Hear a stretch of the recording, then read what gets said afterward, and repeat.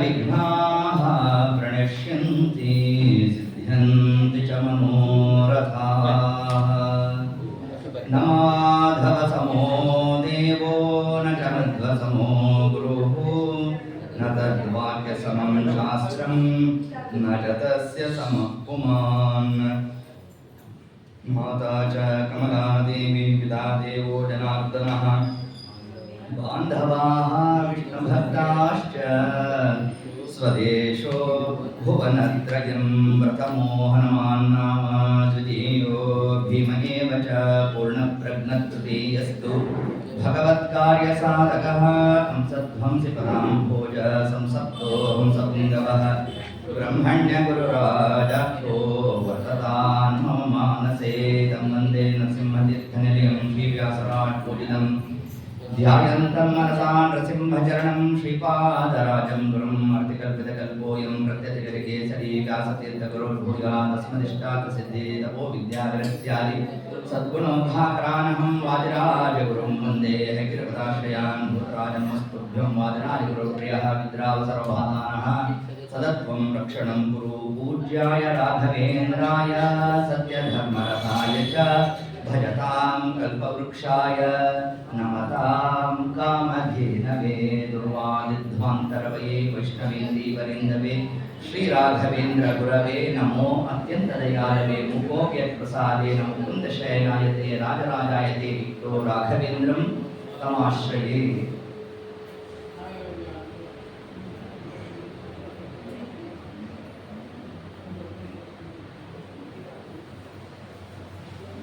भक्तानां मानसाम्भोज भानवे कामधेनवे नमतां कल्पतरवे विजीन्द्रगुरवे नमः। कुशाग्रमते भानुद्विते वादिपीतये आराध्य श्रीपते सुधीन्द्रयतये नमः। श्रीगुरुभ्यो नमः। हरिः ओम्। भूखण्डं वारणाण्डं परवरविरटं डम्पडं पोरुडम्पं डिं डिं डिं डिं डडिम्बम् दहमपि दहमैर्झम्पझम्पै च झम्पैः तुल्यास्तुल्यातुल्यामनुमुनुमुनुकैः कुङ्कुमाङ्कैः कुमाङ्कैः एतत्ते पूर्णयुक्तम् अहरः करः पातु मां नारसिंहः। ಶ್ರೀಗುರುಭ್ಯೋ ನಮಃ. ಹರಿ ಓಂ. ವಿಜೇಂದ್ರ ಸ್ವಾಮಿಗಳಿಂದ ರಚಿತವಾಗಿರತಕ್ಕಂತಹ ಅಷ್ಟಕ ಕ್ರಮದಲ್ಲಿ ನರಸಿಂಹದೇವರನ್ನ ಅನೇಕ ಪ್ರಕಾರವಾಗಿ ತಾವು ಸ್ತೋತ್ರವನ್ನು ಮಾಡುತ್ತಾ ಪರಮಾತ್ಮನಲ್ಲಿರ್ತಕ್ಕಂತಹ ಲೋಕವಿಲಕ್ಷಣತ್ವವನ್ನು ಸತ್ಯಂ ಪರಂ ಪರಮಾತ್ಮ ಹೇಗೆ ಪರ ವಿರಟಂ ಡಂಪಟಂ ಪೂರ್ಣಂ ಕ್ರಮದಿಂದ ಜಗತ್ತಿನಲ್ಲಿ ಯಾರ್ಯಾರು ಪರರು ಅಂತ ಕರೆಸ್ಕೊಂಡಿದ್ದಾರೋ ಅವರಿಗೆಲ್ಲ ನಮ್ಮ ದೇವರು ಏನಾಗಿದ್ದಾನೆ? ವರನಾಗಿದ್ದಾನೆ. ಪರರು ಅಂತ ಯಾರು ಅಧ್ಯಾಪಿ, ಯಾರು ಈ ಲಿಂಗ ಶರೀರವನ್ನು ಕಳ್ಕೊಂಡಿರ್ತಾರೋ, ಯಾರಿಗೆ ಪರತ್ವವನ್ನು ಪರಮಾತ್ಮ ತಾನು ಅನುಗ್ರಹ ಮಾಡ್ತಾ ಇದ್ದಾನೋ, ನರಸಿಂಹ ರೂಪದ ಒಂದು ವೈಶಿಷ್ಟ್ಯ ಏನು? ಅಜ್ಞಾನ ನಿವೃತ್ತಿ, ತತ್ವಜ್ಞಾನ ಪ್ರಾಪ್ತಿ. ಅಜ್ಞಾನ ನಿವೃತ್ತಿ ಕೇವಲ ಈಗ ಪರಮಾತ್ಮ ಅದನ್ನು ಅನುಗ್ರಹ ಮಾಡದ ಇಷ್ಟೇ ಅಂತ ಅರ್ಥ ಅಲ್ಲ. ಇನ್ನೆಂದಿಗೂ ಕೂಡ ಅಜ್ಞಾನಾದಿಗಳಿಗೆ ಅವಕಾಶ ಇರಬಾರದು. ಈಗ ಅಜ್ಞಾನಕ್ಕೆ ಅವಕಾಶ ಯಾಕಾಗಿದೆ? ನಮಗೆ ದುಃಖಾದಿಗಳು ಬರ್ತಿರೋದು ಯಾಕೆ? ಈ ಜನ್ಮದಲ್ಲಿ ನಮ್ಗೇನೋ ದುಃಖ ಪ್ರಾಪ್ತಿ ಆಯ್ತಪ್ಪ. ಈ ದುಃಖ ಕಾರಣ ಏನು? ಹಿಂದಿನ ಜನ್ಮದಲ್ಲಿ ನಾವೇನಾದ್ರು ಪೂರಾ ಸುಖದಿಂದಿದ್ವಾ? ಇಲ್ಲ. ಅದಕ್ಕೇನು ಕಾರಣ? ಅದ್ರ ಹಿಂದಿನ ಸರಿ ಹಂಗೇ ತಗೊಂಡು ಹೋದ್ರೆ ಮೊದಲನೇ ಜನ್ಮ ಅಂತಿದೆಯೋ ಇಲ್ವೋ? ಇದು. ಆ ಜನ್ಮದಲ್ಲಿ ದುಃಖ ಇದೆಯೋ ಇಲ್ವೋ? ಇದ್ದು. ಏನ್ ಕಾರಣ?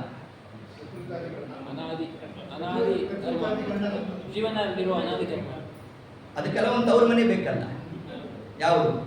ಲಿಂಗ ಶರೀರ. ನಮ್ಮ ದುಃಖಾದಿಗಳು ಅಜ್ಞಾನಾದಿಗಳಿಗೆ ಯಾವುದು ಕಾರಣೀಭೂತವಾಗಿದೆ ಅಂದರೆ ಅನಾದಿ ಕಾಲದಿಂದ ಜೀವನಿಗೆ ಆವರ್ಕವಾಗಿರತಕ್ಕಂತಹ ಲಿಂಗ ಶರೀರ ಎಂಬುದೇನಿದೆ ಆ ಲಿಂಗ ಶರೀರ ನಮ್ಮಿಂದ ಹೋಗೋ ತನಕ ನಮಗೆ ತತ್ವಜ್ಞಾನ ಏಕಪ್ರಕಾರವಾಗಿರಲ್ಲ. ಅಧ್ಯಾತ್ಮ ರುಚಿಗಣಸ್ಥರನ್ನ ಬಿಡಿ, ಅವರಿಗೆ ಲಿಂಗ ಶರೀರದ ಒಂದು ಆವರಣ ಇದ್ರೂ ಕೂಡ ತಜ್ಜನ್ಯವಾದಂಥ ದೋಷಾದಿಗಳಿಲ್ಲ ಅವರಿಗೆ.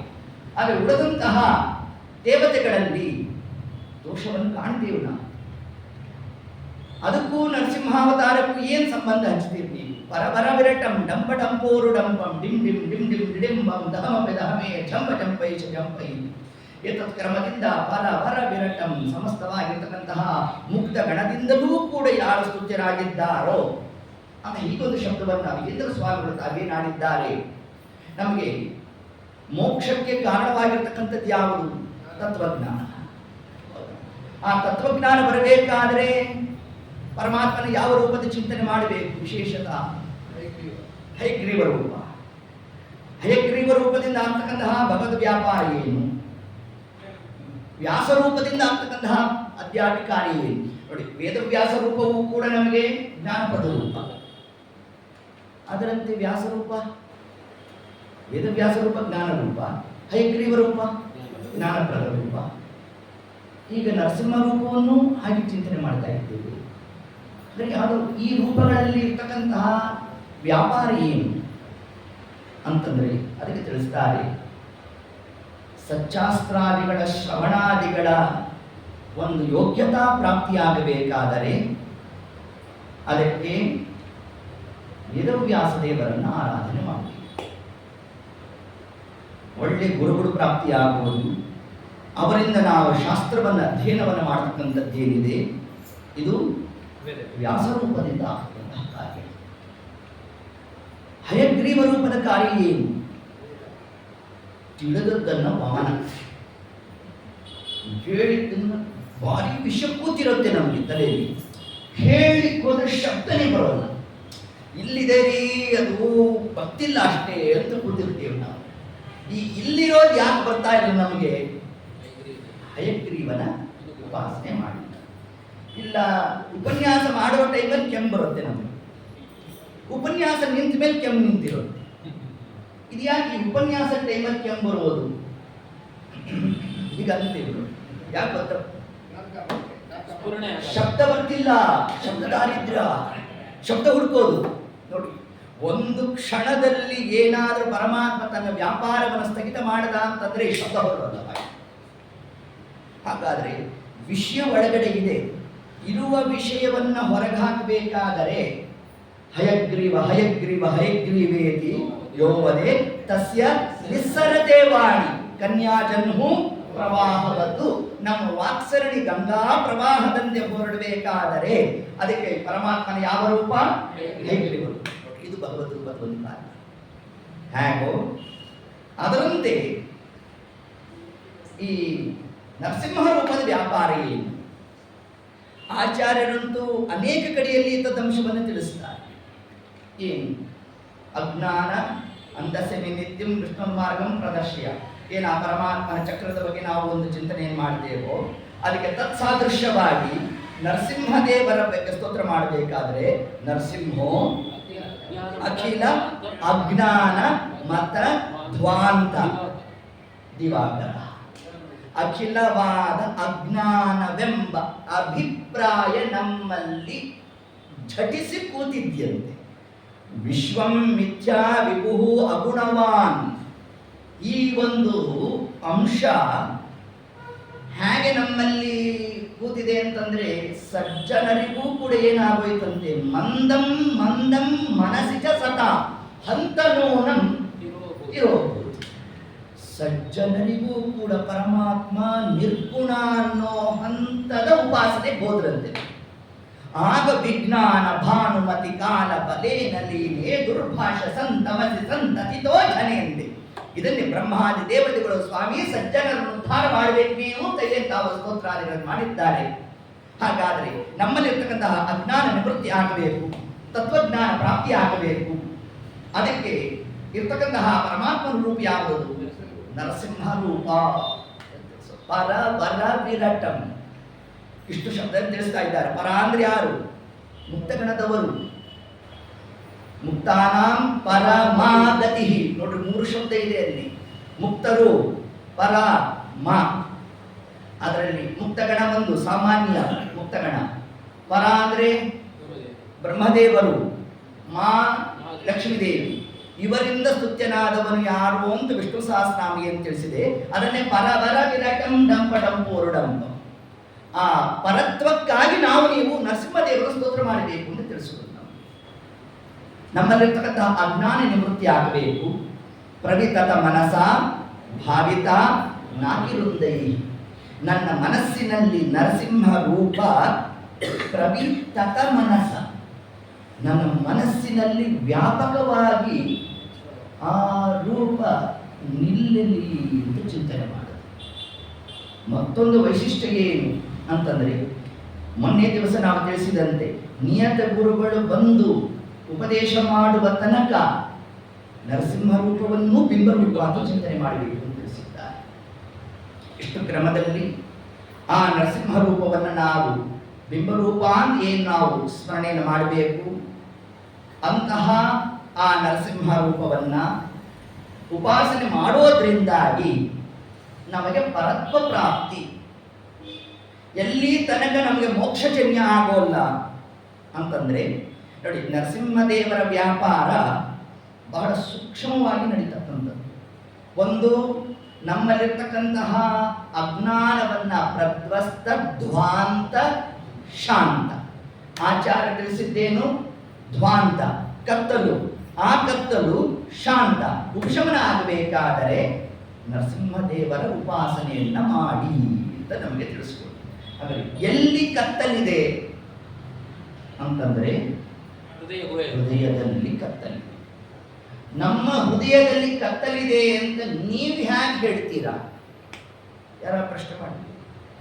ಹಾಗಾದ್ರೆ ನಿಮ್ಮ ಹೃದಯದಲ್ಲಿ ಕತ್ತಲಿಲ್ಲ ತಾನೆ, ಹಾಗಾದ್ರೆ ಅಲ್ಲಿ ಏನಿದೆ? ಏನು ಕಾಣಿಸ್ತಿಲ್ಲಪ್ಪ, ಹಾಗಾದ್ರೆ ಕತ್ತಲಿದೆ.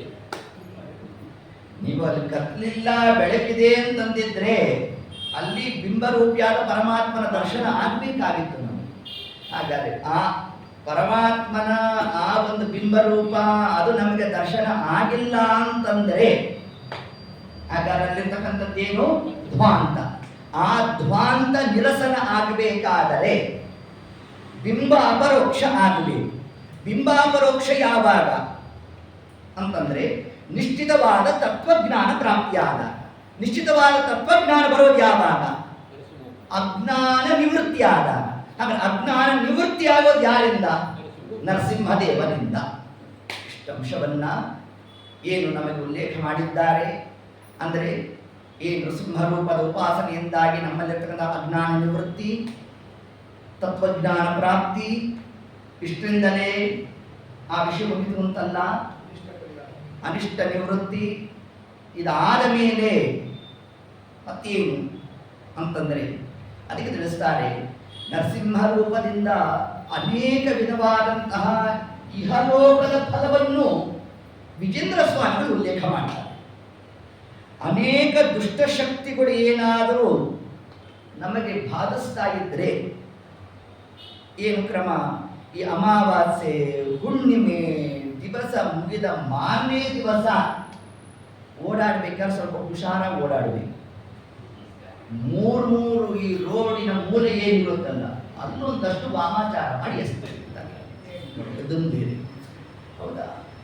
ಹಾಗಾಗಿ ಇದರಿಂದ ನಾವು ಹೆಂಗಪ್ಪ ಏನಿದು ಅಂತಂದ್ರೆ ಏತತ್ ಕಾಲಕ್ಕೆ ಪ್ರತಿನಿತ್ಯ ಯಾರು ನರಸಿಂಹಾಷ್ಟಕವನ್ನ ಸ್ಮರಣೆ ಮಾಡ್ತಾರೆ, ಭೂತ ಪ್ರೇತ ಪಿಶಾಚ ಯಕ್ಷ ಗಣಶಃ ದೇಶಾಂತರೋಚ್ಚಾಟನಂ ಚೋರ ವ್ಯಾಧಿ ಮಹಾಜ್ವರಾನ್ ಭಯಹರಂ ಶ್ರುತಕ್ಷಣಂ ನಿಶ್ಚಯಂ.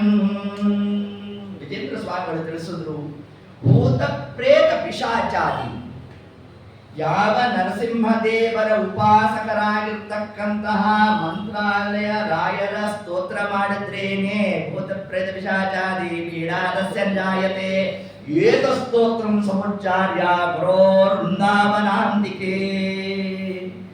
ನರಸಿಂಹದೇವರ ಉಪಾಸಕರಾದ ಮಂತ್ರಾಲ ಪ್ರಭುಗಳ ಸ್ತೋತ್ರ, ಅವರ ಪಾದೋದಕ, ಅವರ ವೃಂದಾವನಕ್ಕೆ ಅಭಿಷಿಕ್ತವಾದ ಜಲವನ್ನ ಪ್ರೋಕ್ಷಣೆ ಮಾಡಿಕೊಂಡ್ರೇನೆ ಭೂತ ಪ್ರೇತಾದಿಗಳು ಬಾಧಿಸುವಂಥದ್ದು. ಇನ್ನು ಸ್ವಯಂ ನರಸಿಂಹದೇವರ ಸ್ತೋತ್ರ ಮಾಡಿಬಿಟ್ರೆ ಅದನ್ನು ತಿಳಿಸ ಭೂತ ಪ್ರೇತ ಪಿಶಾಚ ಯಕ್ಷಗಣ ಏನೇನು ಇಹಲೋಕದಲ್ಲಿ ನಮಗೆ ದುಃಖವನ್ನು ಕೊಡ್ತಕ್ಕಂಥದ್ದಿದೆ, ಆ ದೋಷಗಳೆಲ್ಲ ಪರಿಹಾರ ಆಗಬೇಕಾದರೆ ಷೋಡಶಬಾಹು ನರಸಿಂಹದೇವರನ್ನ ನಾವು ಉಪಾಸನೆ ಮಾಡಬೇಕು. ಮುಂದೆ ಅದನ್ನು ತಿಳಿಸ್ತಾರೆ ನಮಗೆ ಹೇಗಿದೆ ಆ ರೂಪ. ಷೋಡಶಬಾಹುಗಳು ಅಂತಂದ್ರೆ ಹೆಂಗೆ ನಾವು ಚಿಂತನೆ ಮಾಡಬೇಕು, ಅದರ ವೈಶಿಷ್ಟ್ಯ ಏನು ಅಷ್ಟನ್ನು ಹೇಳ್ತಾ ಮುಂದೆ ಚೋರ ವ್ಯಾಧಿ ಮಹಾಜ್ವರಾನ್ ಭಯಹರಂ. ಮಹಾಜ್ವರ ಏನು ಇವತ್ತು ಲೋಕದಲ್ಲಿ ಔಷಧಿನೇ ಇಲ್ಲದೇ ಇರೋ ಜ್ವರಗಳು ಬರ್ತಾರೆ. ಮುಂಚೆಲ್ಲ ಜ್ವರ ಅಂದರೆ ಒಂದು ಕ್ರೋಸಿನ್, ಅದು ಒಳ್ಳೆ ಹೆಸರು ಚೆನ್ನಾಗೇ ಇಟ್ಟಿದ್ರು. ಈ ಮಾತ್ರೆ ತಗೊಳ್ಳೋ ಕಾಲಕ್ಕೆ ಜ್ಞಾನ ಇರಬೇಕು. ಸಿನ್ ಪಾಪದಿಂದ ಬಂದಿದೆ ಅದು ಅಂತ ಹಂಗ ಅರ್ಥ ನೋಡಿ. ಆ ಜ್ಞಾನ ಇತ್ತು ವೈದ್ಯೋ ನಾರಾಯಣ ಹರಿ ಅಂತ ಅಲ್ವಾ. ಆದರೆ ಈಗ ಬರ್ತಕ್ಕ ಅನೇಕ ವ್ಯಾಧಿಗಳು ಏನಿದೆ ಅದರಲ್ಲಿ ಒಂದು ದೃಷ್ಟಾಂತವನ್ನ ಸ್ವಯಂ ವಿಜೇಂದ್ರ ಸ್ವಾಮಿಗಳು ತಾವು ತೋರಿಸಿದ್ದಾರೆ. ನರಸಿಂಹದೇವರ ಉಪಾಸನೆಯಿಂದ ಬರ್ತಕ್ಕಂತಹ ಫಲ ಏನು ಅಂತಂದ್ರೆ, ತಾವು ಕಾವೇರಿ ಸ್ನಾನಕ್ಕೆ ಹೋಗಿದ್ರು. ಹೋದಾಗ ದಂಡತೀರ್ಥವನ್ನೆಲ್ಲ ಮಾಡ್ತಾ ಇದ್ರು, ಎಲ್ಲ ಶಿಷ್ಯರಿಗೆ ಮಾಡಿಸಿದ್ರು. ಅಪ್ಪಯ್ಯ ದೀಕ್ಷಿತರು ಬಂದಿದ್ರು, ದೂರ ನಿಂತಿದ್ರು, ಕರೆದು ದೀಕ್ಷಿತರೇ ಬನ್ನಿ ಅಂತ ಬಂದರು. ದೀಕ್ಷಿತರು ಯಾಕೆ ದಂಡತೀರ್ಥ ಬೇಡವಾ? ಪ್ರತಿನಿತ್ಯ ದಂಡ ಹಾಕ್ತಲೇ ಇದ್ದೀರಲ್ಲ, ಅಭ್ಯಾಸ ಆಗಿದೆಯಲ್ಲ, ಬನ್ನಿ. ನೋಡಿ ಅವರಿಬ್ರು ಸಂವಾದ ನೋಡ್ರಿ. ಹೀಗಾದಾಗ ಸರಿ ದಂಡ ಪ್ರೋಕ್ಷಣೆ ಎಲ್ಲ ಆಯಿತು. ವಿಜೇಂದ್ರ ಸ್ವಾಮಿಗಳು ತಾವು ಸಂಸ್ಥಾನ ಪೂಜೆ ಕೂತಿದ್ರೆ ಅಪ್ಪಯ್ಯ ದೀಕ್ಷಿತರು ನೋಡಿದ್ರಂತೆ ವಿಜೇಂದ್ರ ಸ್ವಾಮಿಗಳ ಕೈ ಕಂಪಿಸ್ತಾ ಇತ್ತು. ಹಿಂಗ್ಯಾಕೆ ಅಂತ ಅತಿ ಸೂಕ್ಷ್ಮ ನೋಡ್ರಿ, ಅವರು ಸೂಕ್ಷ್ಮ ಗಮನಿಸಿದ್ರು. ಹೀಗೆ ಯಾಕೆ ಅಂತ ಅದನ್ನು ನೋಡ್ತಾ ಕೂತಿದ್ರೆ ವಿಜೇಂದ್ರ ಸ್ವಾಮಿಗಳು ತಾವು ತಮ್ಮ ಅಂಗವಸ್ತ್ರವನ್ನ ಮುಖದ ಮೇಲೆ ಹಾಕೊಂಡ್ರಂತೆ. ಯಾಕೆ ಹಾಕೊಂಡ್ರು ಅಂತಂದ್ರೆ, ಅಷ್ಟೊತ್ತಿಗೆ ಅಪ್ಪಯ್ಯ ದೀಕ್ಷಿತರು ಕೇಳಿದ್ರಂತೆ, ಸ್ವಾಮಿ ತಮ್ಮ ದೇಹದಲ್ಲಿ ಸ್ವಾಸ್ಥ್ಯ ಇಲ್ಲ ಅಂತ ಅನಿಸ್ತಾರೆ ನಮಗೆ, ಯಾಕೆ ನಿಮ್ಮ ದೇಹ ಕಂಪನ ಆಗೋದನ್ನು ನಾವು ಸೂಕ್ಷ್ಮವಾಗಿ ಗಮನಿಸ್ತಾ ಇದ್ದೇವೆ ಅಂತ ಹೇಳ್ತಾ ಕಣ್ಣಲ್ಲಿ ನೀರು ಬಂದಂತೆ ಅಪ್ಪಯ್ಯ ದೀಕ್ಷಿತರು. ಅಷ್ಟು ಅವರಿಬ್ಬರಲ್ಲಿ ಅವಿನಾಭಾವ ಸಂಬಂಧ ಇತ್ತು. ಅವರು ದೇಹತ್ಯಾಗ ಮಾಡೋ ಕಾಲಕ್ಕೂ ಕೂಡ ವಿಜೇಂದ್ರ ಸ್ವಾಮಿಗಳನ್ನು ಕರೆಸ್ಕೊಂಡ್ರು. ಅಂತಹ ಬಾಂಧವ್ಯ ಅವರಲ್ಲಿ ಹೀಗಿತ್ತು. ಆಗ ಯಾಕೆ ಅಳ್ತಾ ಇದ್ದೀರಿ ಅಂದ್ರಂತೆ ವಿಜೇಂದ್ರ. ಏನಿಲ್ಲ, ಪಾಠ ಪ್ರವಚನ ಹೇಗೆ ಹೇಳಿದ್ರು, ಒಂದು ದಿವಸ ಪಾಠ ನಿಂತರೂ ಕೂಡ ಅದು ಮಹತ್ತರವಾಗಿ ನಿಮ್ಮ ಶಿಷ್ಯರಿಗೆ ಅದು ದುಃಖವೇ ಅಂತ. ಆಗ ವಿಜೇಂದ್ರ ಅಂದ್ರಂತೆ, ಚಿಂತೆ ಬೇಡ ಅಂದ್ರಂತೆ. ಮತ್ತೆ ಇವತ್ತು ಪೂಜೆ ಹೇಗೆ ಅಂದ್ರಂತೆ, ನೋಡ್ತಾರೆ ಪೂಜೆಯನ್ನು ಪರಮಾತ್ಮ ಹೇಗೆ ಮಾಡಿಸ್ಕೊಂತಾನೆ ಅಂದ್ರಂತೆ ವಿಜೇಂದ್ರ. ಅಂದದ್ದೇ ಅಂಗವಸ್ತ್ರವನ್ನು ಮುಖದ ಮೇಲೆ ಹಾಕೊಂಡ್ರಂತೆ. ಹಾಕೊಂಡು ಇದೇ ಷೋಡಶ ಬಾಹು ನರಸಿಂಹದೇವರನ್ನ ಸ್ಮರಣೆ ಮಾಡಿ ವಸ್ತ್ರವನ್ನ ತೆಗೆದು ಒಂದ್ ಕಡೆ ಹಾಕಿದ್ರು. ವಸ್ತ್ರ ಕಂಪನ ಆಗ್ತಿತ್ತಂತೆ. ವಿಜೇಂದ್ರ ಸ್ವಾಮಿಗಳು ತಂಪಾಡ್ತಾ ಪೂಜೆ ಪ್ರಾರಂಭ ಮಾಡಿದ್ರಂತೆ. ಒಂದು ವಸ್ತ್ರದಲ್ಲಿ ಜ್ವರವನ್ನ ತೆಗೆದು ಆವಾಹನೆ ಮಾಡಿಬಿಟ್ಟು ಇಷ್ಟೊತ್ತಿಗೆ ವಿಜೇಂದ್ರ ಸ್ವಾಮಿಗಳು ತಾವು ಗೋಪಿಚಂದನಾದಿ ಉಳಿದುಕೊಂಡ ಧಾರಣೆ ಮಾಡೋ ಕಾಲಕ್ಕೆ ತಮಗೆ ತಾವೇ ಮಾತಾಡಿಕೊಂಡಿರುತ್ತೆ. ಅದನ್ನ ಸುಧೀಂದ್ರರು ನೋಡಿದ್ರಂತೆ. ಪೂಜಾ ಸಮಯ ಎಲ್ಲ ಮುಗಿದಾದ್ಮೇಲೆ ಇವತ್ತು ಊರ್ಧ್ವಪುಂಡ್ರ ಧಾರಣಾ ಸಮಯದಲ್ಲಿ ತಾವೇನೋ ಮಾತಾಡ್ಕೊಂತ ಇದ್ರಿ, ಏನು ಅಂತ ನಮಗೂ ಅನುಗ್ರಹ ಮಾಡ್ರಿ. ಏನಿಲ್ಲಪ್ಪ, ಪ್ರಾರಬ್ಧ ಬಂದು ನಿಂತಿತ್ತು, ಬಾ ಅಂತ ಕರೆದೇರಿ ಅಂದ್ರಂತೆ. ಆ ಪ್ರಾರಬ್ಧ ಯಾವ ರೂಪದಲ್ಲಿ ಬಂತಂತೆ? ಜ್ವರದ ರೂಪದಲ್ಲಿ ಬಂತಂತೆ. ಆ ಪ್ರಾರಬ್ಧವನ್ನು ನಿವಾರಣೆ ಮಾಡಿದ್ದು ಯಾವುದು? ನರಸಿಂಹ ಮಂತ್ರ ಅಂತ ತಿಳಿಸ್ತಾರೆ ವಿಜೇಂದ್ರ. ಹೀಗೆ ಎಂತಹ ದೋಷ ಇದ್ರೂ ಕೂಡ ವ್ಯಾಧಿ ಮಹಾಜ್ವರ, ಅದಕ್ಕೆ ಜ್ವರಹರ ಲಕ್ಷ್ಮೀ ನರಸಿಂಹಾಯ ನಮಃ. ನರಸಿಂಹದೇವರಿಗೆ ಇರ್ತಕ್ಕಂತಹ ಒಂದು ವಿಶೇಷಣವೇ ಏನು ಅಂತಂದ್ರೆ ಜ್ವರ ಹರ ಅಂತ ತಿಳಿಸಿದ್ದಾರೆ. ಹೀಗೆ ಆ ಜ್ವರಾದಿಗಳನ್ನೆಲ್ಲ ತಾವು ಪುನಃ ಪೂಜಾ ಮುಗಿಬೇಕು, ಪಾಠ ಪ್ರವಚನ ಮುಗಿಬೇಕು, ಪುನಃ ಅದನ್ನ ಸ್ವೀಕಾರ ಮಾಡಬೇಕು. ಹಿಂಗೆ ಆ ಒಂದು ದೋಷವನ್ನ ಯಾವ ಕಾಲಕ್ಕೆ ಬೇಕು ಅದನ್ನು ತಾವು ಸ್ವೀಕಾರ ಮಾಡೋದು, ಪುನಃ ಅದನ್ನು ವಿಸರ್ಜನೆ ಮಾಡೋದು, ಇಷ್ಟು ಸಾಮರ್ಥ್ಯ ತಮಗೆ ಹೇಗೆ ಬಂತು ಅಂತಂದ್ರೆ ಇದೇ ನರಸಿಂಹದೇವರ ಉಪಾಸನಾ ಫಲದಿಂದ ಅಂತ ವಿಜೇಂದ್ರರು ಏನು ತಾವು ತಿಳಿಸ್ಕೊಟ್ಟಿದ್ದಾರೆ. ಇಹದಲ್ಲೂ ನಮಗೆ ಇರತಕ್ಕಂತಹ ಅನೇಕ ವಿಧವಾದಂತಹ ಭೂತ ಪ್ರೇತ ಪಿಶಾಚಾರಿಗಳು ವಾಮಾಚಾರ ಏನೇನೇನೇ ದೋಷಗಳಿರ್ತದೆ, ಆ ಎಲ್ಲ ದೋಷಗಳ ಪರಿಹಾರ ಆಗಬೇಕಾದರೂ ನರಸಿಂಹದೇವರನ್ನು ನಾವು ಉಪಾಸನೆಯನ್ನು ಮಾಡಬೇಕು ಅಂತ ವಿಶೇಷತಃ ಅಲ್ಲಿ ನಮಗೆ ತಿಳಿಸ್ತಾ, ಇದು ಇಹದಲ್ಲಿ ಫಲವನ್ನು ಕೊಟ್ಟರೆ ಇನ್ನು ಐಹಿಕ ಆ ಒಂದು ವಿಶಿಷ್ಟವಾದಂತಹ ಮೋಕ್ಷಕ್ಕೆ ನರಸಿಂಹ ರೂಪದ ಒಂದು ವೈಶಿಷ್ಟ್ಯ ಏನು ಅನ್ನೋದನ್ನೇ ನಮಗೆ ಅವರ 16 ಬಾಹುಗಳ ಚಿಂತನೆಯಲ್ಲಿ ನಮಗೆ ಹೇಳುತ್ತಾ, ಪರ ವರ ವಿರಟಂ, ಪರಮಾತ್ಮನನ್ನ ಆ ವಿಶಿಷ್ಟವಾಗಿ ಬ್ರಹ್ಮಾದಿ ದೇವತೆಗಳು ತಾವು ಸ್ತೋತ್ರವನ್ನು ಮಾಡ್ತಾ ಇದ್ದಾರೆ ಅಂತ ಹೇಳುತ್ತಾ, ಹೇಗೆ ಸ್ತೋತ್ರ ಮಾಡಬೇಕು ಪರಮಾತ್ಮನನ್ನ ಅಂತಂದ್ರೆ ಅದಕ್ಕೆ ವಿಜೇಂದ್ರ ಸ್ವಾಮಿಗಳು ತಿಳಿಸ್ತಾರೆ, ನಖಶಿಖಾಂತವಾಗಿ.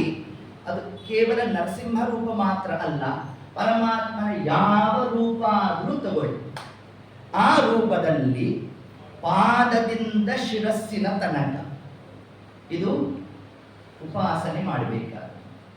ಉಪಾಸನೆಯ ಕೊನೆ ಹಂತದಲ್ಲಿ ನಾವು ಧ್ಯಾನ ಅಂತ ಸಮಾಧಿ ಯೋಗ ಧಾರಣೆ ಯೋಗಕ್ಕೆ ಹೋದಾಗ ಯಾವ ಅಂಗದ ಚಿಂತನೆ ಮಾಡಿದ್ರೂ ಪರವಾಗಿಲ್ಲ.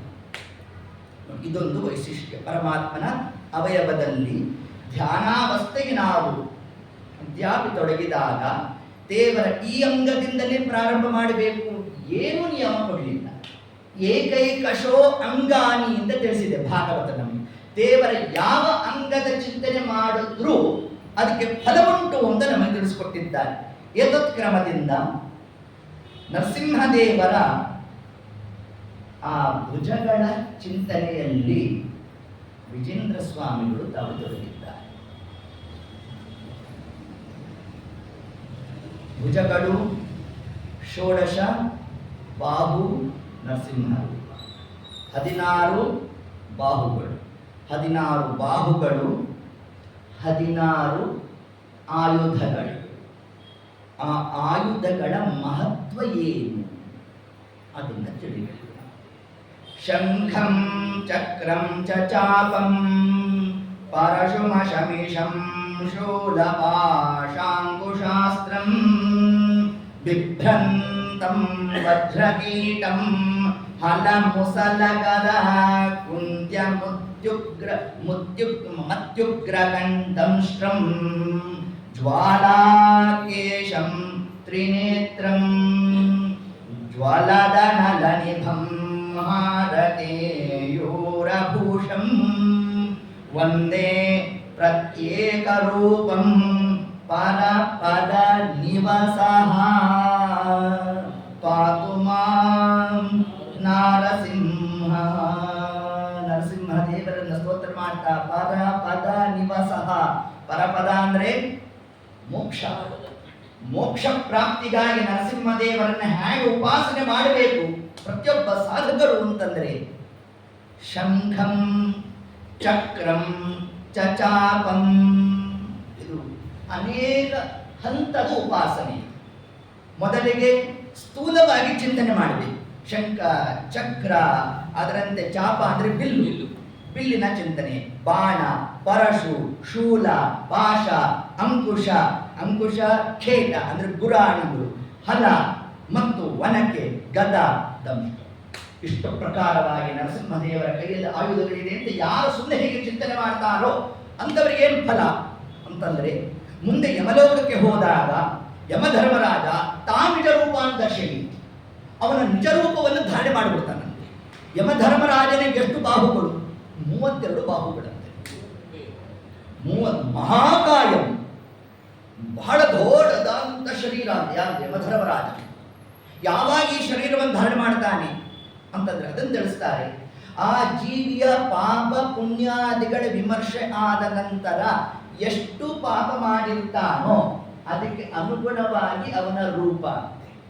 ನಮ್ಮಲ್ಲಿ ಒಂದು ನಾಲ್ನುಡಿ ಇದೆಯಲ್ಲ, ಮುಖ ನೋಡಿ ಮೊಣೆ ಹಾಕೋದು, ಅದು ಯಮಧರ್ಮರಾಜನಿಂದಲೇ ಬಂದದ್ದು. ನಮ್ಮ ಮುಖ ನೋಡಿ ಅಂದ್ರೇನು? ನಮ್ಮ ಪಾಪ ಪುಣ್ಯವನ್ನು ನೋಡಿ ಮೊಣೆ ಹಾಕ್ತಾನಂತೆ. ಏನು ಮೊಣೆ ಹಾಕೋದು ಅಂದ್ರೆ ಅವನ ಮುಖ ತೋರಿಸ್ತಾನಂತೆ. ಅದರಲ್ಲಿ ಎಷ್ಟು ಬಾಹುಗಳು? 32 ಬಾಹುಗಳಿಂದ ಇರ್ತಾನಂತೆ. ಮಹಿಷ ಎಮ್ಮೆ ಮೇಲೆ ಕೂತಿರೋ ರೂಪ ದರ್ಶನ ಆಗುತ್ತಂತೆ. ಹೀಗೆ ಯಮಧರ್ಮರಾಜನ 32 ಬಾಹುಗಳು, 32 ಬಾಹುಗಳಲ್ಲಿ 32 ಆಯುಧಗಳು. ಈ 32 ಆಯುಧಗಳನ್ನ ರೂಪಿಸ್ತಾನಂತೆ. ಇದನ್ನು ನೋಡ್ತಲೇ ಜೀವ ಸಾತ್ರಸ್ತ ಹೃದಯ ಎಂದರೂ ನಡಗೋಗ್ತಾನಂತೆ. ಜೀವ ಇದ್ದ ಕಾಲಕ್ಕೆ ಶಕ್ರ ಮೂತ್ರ ವಿಸರ್ಜನೆ ಮಲಮೂತ್ರಾದಿಗಳು ವಿಸರ್ಜನೆ ಆಗೋಗ್ಬೇಕು ಅಂತ ತಿಳಿಸ್ತಾರೆ. ಅಷ್ಟು ಘೋರವಾದಂಥದ್ದು ಯಾವುದು? ಯಮಧರ್ಮರಾಜನ ದರ್ಶನ ಮಾತ್ರದಿಂದ ಅಂತ ತಿಳಿಸ್ತಾರೆ. ಹೀಗೆ ಯಾರಿಗೆ ಯಮಧರ್ಮರಾಜನ ದರ್ಶನ ಆಗಬಾರದು ಅಂಥವರು ನರಸಿಂಹದೇವರ ಆಯುಧಗಳ ಚಿಂತನೆ ಮಾಡಿ. ಮೊಟ್ಟ ಮೊದಲನೇ ಫಲ. ಇದರಲ್ಲಿ ವಿಶೇಷತೆ ಏನಿದೆ ತರುವಾಯ ನೋಡೋಣ.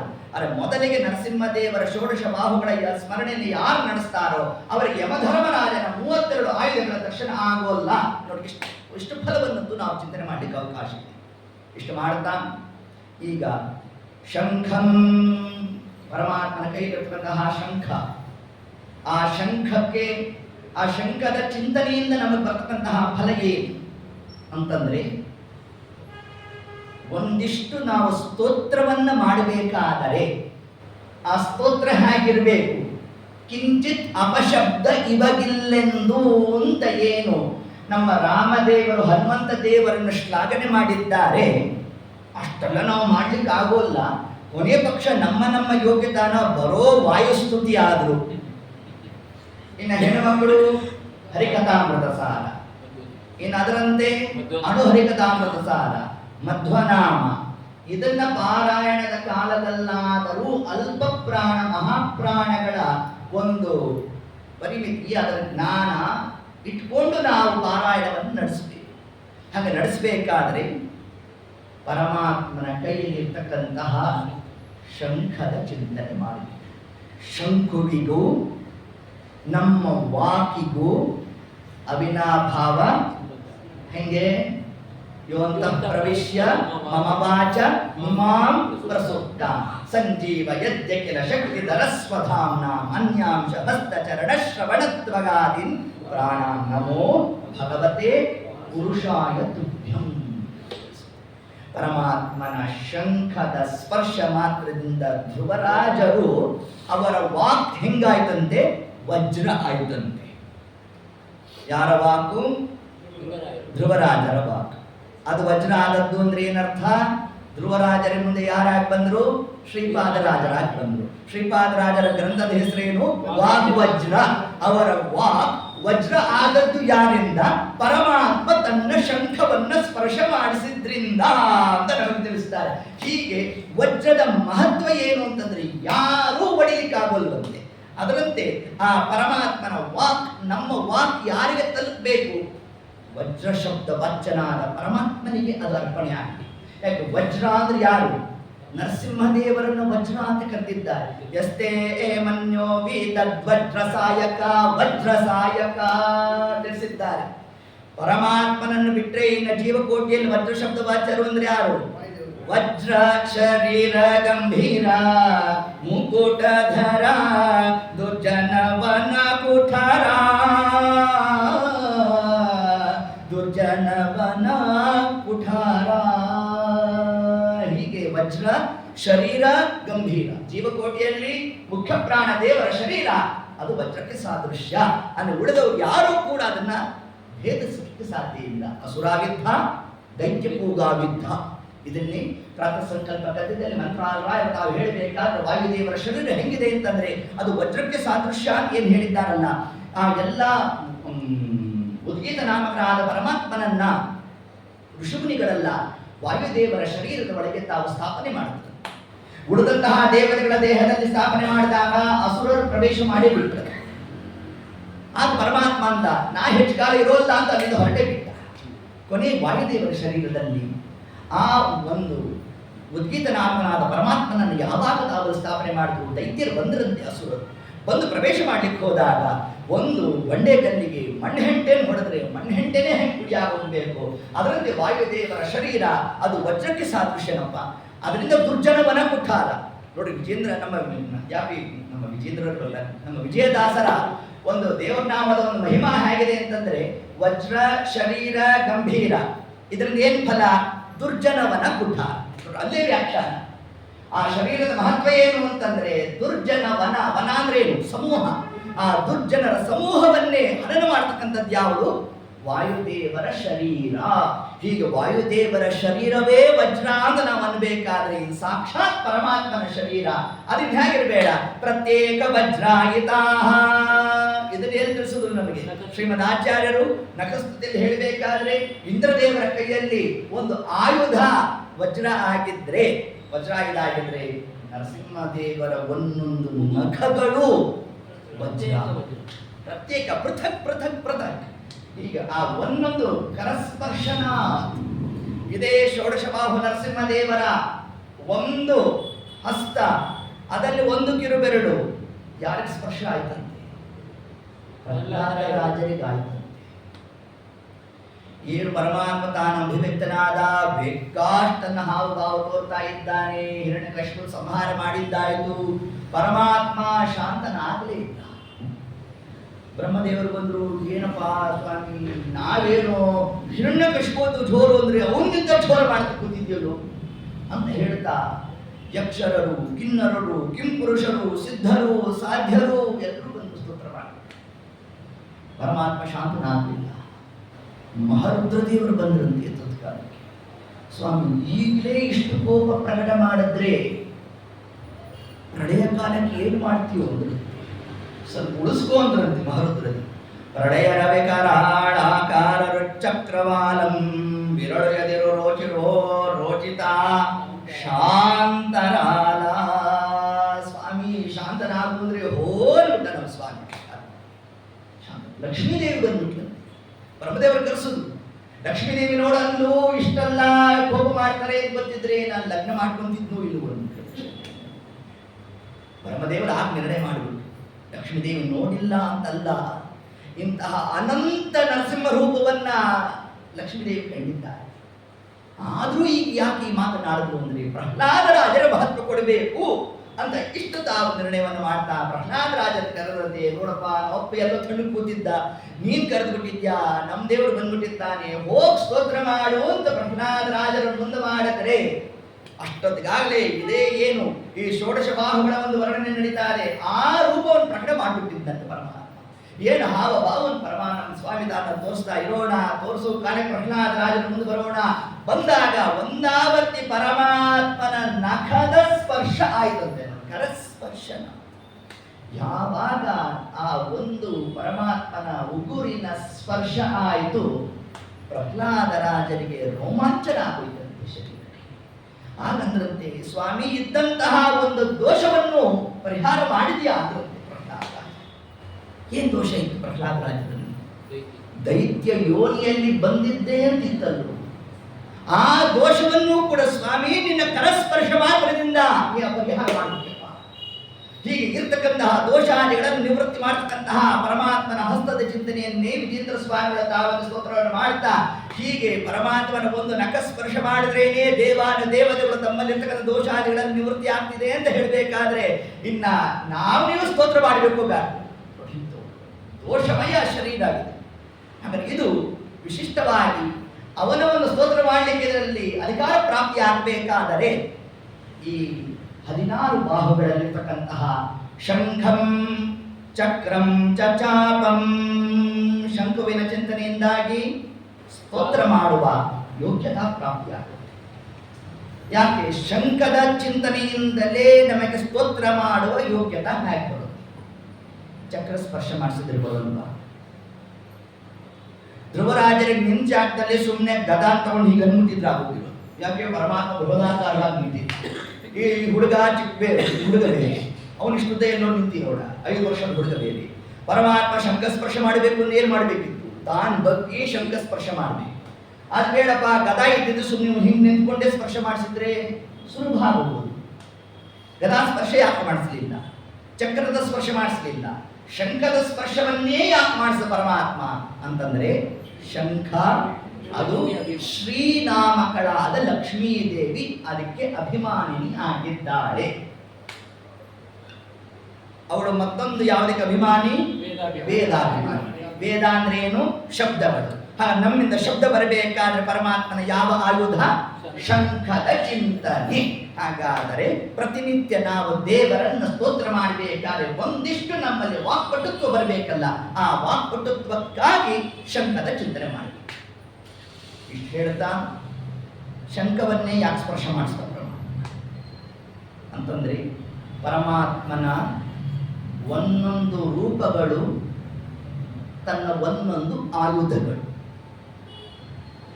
3 ಪ್ರಕಾರವಾಗಿ ಪರಮಾತ್ಮ ತಾನು ಆಯುಧಗಳನ್ನು ಧಾರಣೆ ಮಾಡ್ತಾನೆ. ಒಂದು, ಈಗ ಸುಮ್ಮನೆ ಒಂದು ಸಾಧಾರಣವಾಗಿ ಒಂದು ದೃಷ್ಟಾಂತ ಕೊಡಬೇಕು ಅಂತಂದ್ರೆ, ಚಕ್ರಕ್ಕೆ ಅಭಿಮಾನಿ ಯಾರು? ದುರ್ಗಾದೇವಿ. ಚಕ್ರಕ್ಕೆ ಅಭಿಮಾನಿ ಯಾರು? ಕಾಮ. ಈಗ ಕಾಮ ಅಂದ್ರಿ, ದುರ್ಗಾದೇವಿ ಅಂದ್ರಿ, ಹೆಂಗೆ ಅಂತಂದ್ರೆ ಅದಕ್ಕೆ ತಿಳಿಸ್ತಾರೆ, ಈ ಕಾಮ ಅವನೇ ಭರತ ಅಲ್ವಾ? ಈ ಕಾಮ ಅಭಿಮಾನಿ ಆಗಿರೋದು ಪರಮಾತ್ಮನ ಯಾವ ಚಕ್ರಕ್ಕೆ ಅಂತಂದ್ರೆ, ವಿಶ್ವಕರ್ಮನಿಂದ ನಿರ್ಮಿತವಾದ ಚಕ್ರಕ್ಕೆ ಇವನು ಅಭಿಮಾನಿ.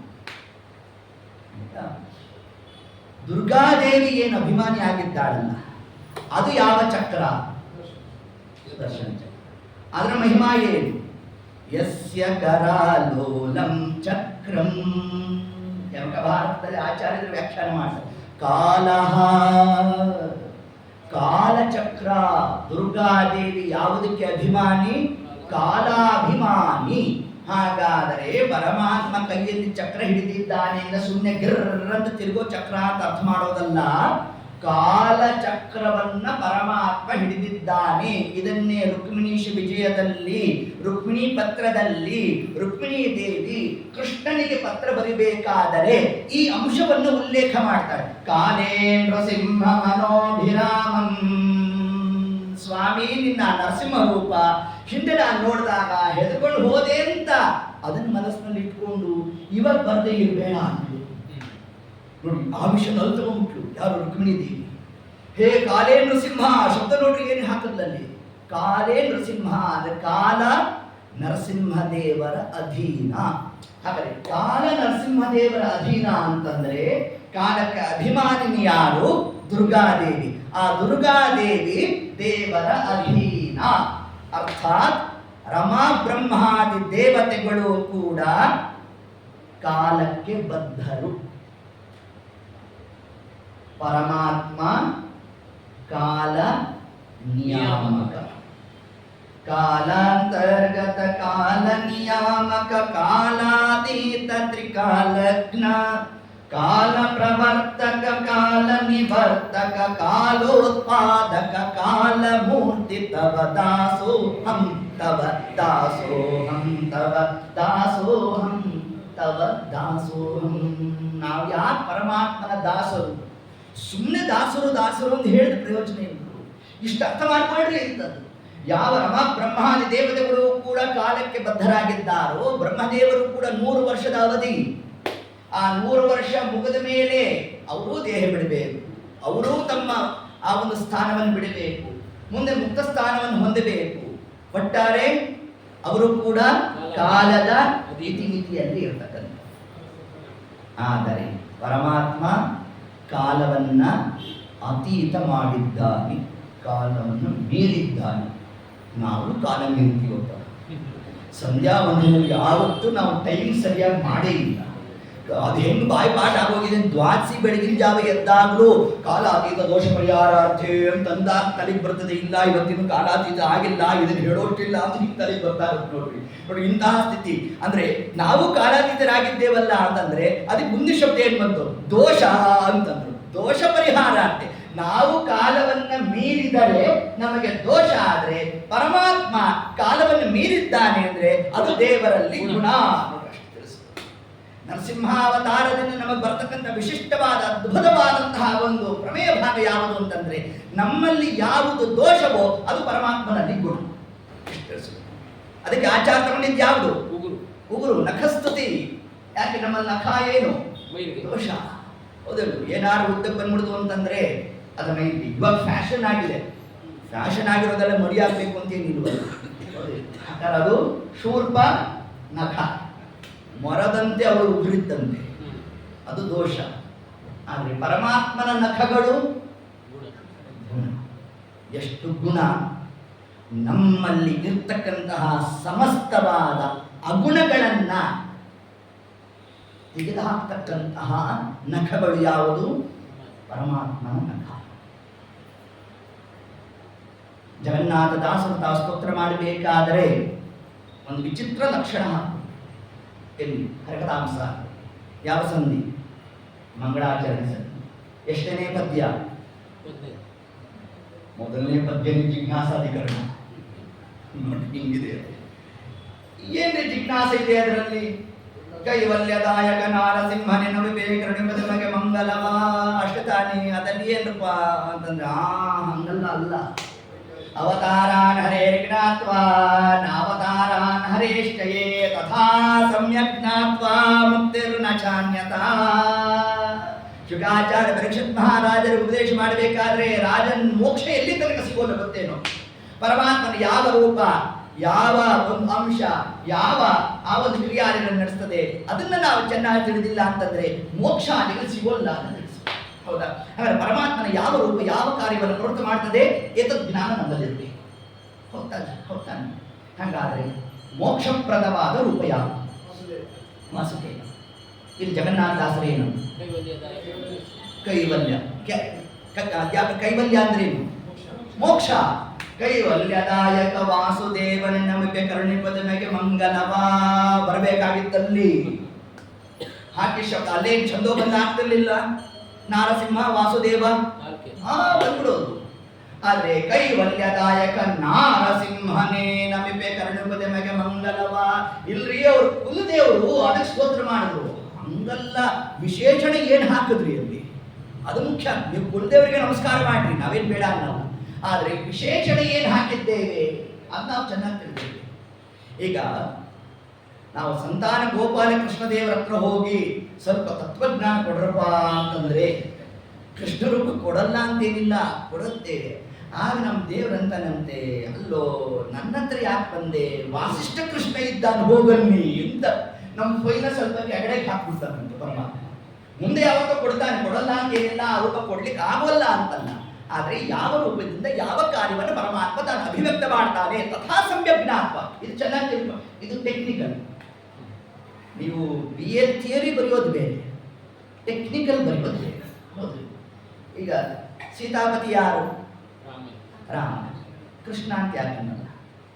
ರಾಮ ಬೇರೆ ಅಲ್ಲ, ಕೃಷ್ಣ ಬೇರೆ ಅಲ್ಲ. ಸೀತಾಪತಿ ಆಗಿರ್ತಕ್ಕಂತಹ ಕೃಷ್ಣಮೂರ್ತಿಯೇ ಅಂತಂದ್ರೆ ಶಬ್ದ ಕೂರ್ತದ. ಅದೇ ಸೀತಾದೇವಿನೇ ರುಕ್ಮಿಣಿ ದೇವಿ, ಆದರೂ ಕೂಡ ರುಕ್ಮಿಣೀಪತಿ ಕೃಷ್ಣನೇ. ಸೀತಾಪತಿ ಆಗಿರ್ತಕ್ಕಂಥದ್ದು ರಾಮಚಂದ್ರನೇ. ಅದ್ಯಾಕೆ ರಾಮನಿಗೂ ಕೃಷ್ಣನಿಗೂ ಭೇದ ಇಲ್ಲ, ಅಲ್ಲ ಭೇದವೇ. ಆದರೂ ಕೂಡ ಯಾವ ರೂಪಕ್ಕೆ ಯಾವ ರೂಪದ ಚಿಂತನೆ ಮಾಡಬೇಕು, ಅದರಂತೆ ಯಾವ ವಿಶೇಷಣವನ್ನು ಹಾಕಿರ್ತೇವೆ ಅದಕ್ಕೆ ಅನುಗುಣವಾದಂತಹ ಭಗವದ್ ರೂಪದ ಚಿಂತನೆ ಮಾಡಬೇಕಲ್ಲಿ. ಆದರೆ ಇಲ್ಲಿ ಕೈವಲ್ಯದಾಯಕ ನಾರಸಿಂಹನೇ ಅಂತ ಜಗನ್ನಾಥದಾಸರು ಶಬ್ದವನ್ನು ಹೆಂಗೆ ಪ್ರಯೋಗ ಮಾಡಿದ್ರು ಅಂತಂದ್ರೆ, ಅದಕ್ಕೆ ತಿಳಿಸ್ತಾರೆ ನರಸಿಂಹ ರೂಪದ ಒಂದು ವಿಶಿಷ್ಟವಾದ ವ್ಯಾಪಾರ ಏನು ಅಂತಂದ್ರೆ, ಅದಕ್ಕೆ ವಿಶಿಷ್ಟವಾದಂತಹ ಕ್ರಮವನ್ನು ಹೇಳ್ತಾ ಗದಾ ಒಂದು ಶಬ್ದವನ್ನು ಹಾಕುದು. ಇಲ್ಲಿ ವಿಜೇಂದ್ರ ಸ್ವಾಮಿಗಳು ತಾವು ಹೇಳ್ತಾ, ಬಿಭ್ರಂತಂ ವಜ್ರಕೇಠಂ ಹಲಮುಸಲ ಗದ ಕುಂತ್ಯ ಮತ್ಯುಗ್ರ ದಂಶ್ರಂ. ಅದ್ಯ 2 ಪಾಠಗಳಿದೆ.